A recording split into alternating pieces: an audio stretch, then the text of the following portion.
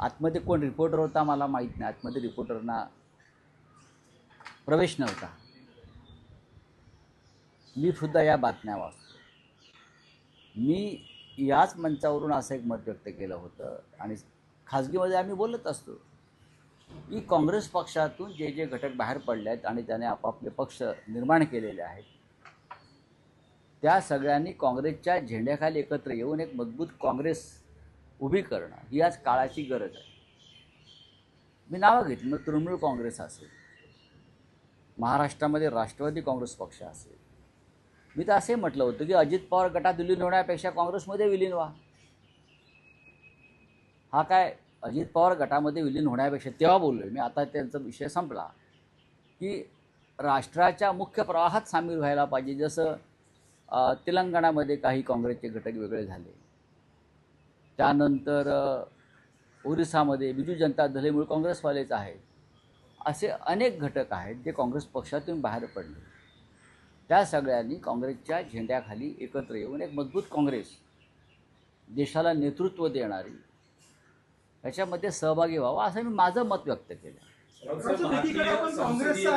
कारण तुम्ही या सगळ्यांना अनेक राज्यामध्ये त्यांच्या लढाया लढण्यासाठी काँग्रेसची मदत हवी आहे ना. आता काल ममता दीदी सोनिया गांधींना भेटल्या तासभर, त्याच्या आधी त्यांनी राहुलजीशी चर्चा केली. प्रत्येकाला काँग्रेसचं सहकार्य हवं आहे, काँग्रेसमधून बाहेर पडलेल्या पक्षांना किंवा नेत्यांना. मग ते करण्यापेक्षा आपण सगळ्यांनी तुम्ही एकत्र येऊन काँग्रेस पक्ष अधिक मजबूत, देशासमोर एक पर्याय काँग्रेसचा कायम होता, आजही आहे. तर या पद्धतीनं सगळ्यांनी विचार केला पाहिजे असं माझं मत होतं. आणि ते त्या संदर्भात माझ्या माहितीप्रमाणे काँग्रेस पक्षात आणि इतर काही घटक पक्षामध्ये त्या संदर्भात विचार सुरू आहे.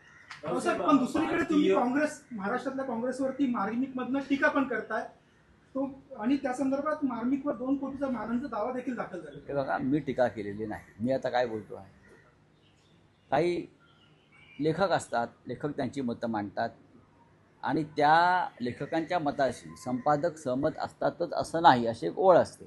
करेक्ट. आता मार्मिकचा एडिटर काय मी नाही आहे, पण तो आमच्या परिवारातला, शिवसेना परिवारातला एक महत्त्वाचं एक प्रकाशन आहे. त्याच्यामुळे आता हा विचार मला आत्ताच कळलं, असं असं झालेलं आहे. मी पाहतो. तुम्हाला माफी मागायला लावली, पण माफीनामा देणार का? मला मार्मिकला माफीनामा, मला माफी मागायला लावणं. आत्ताच माझगावच्या कोर्टामध्ये चाललोय मी. मार्मिकला माफी मागायला लावलेली. अरे पाहू ना, पाहू. तुम्हाला काय घाई आहे एवढी? आम्ही बघू ना आमचं काय करायचं.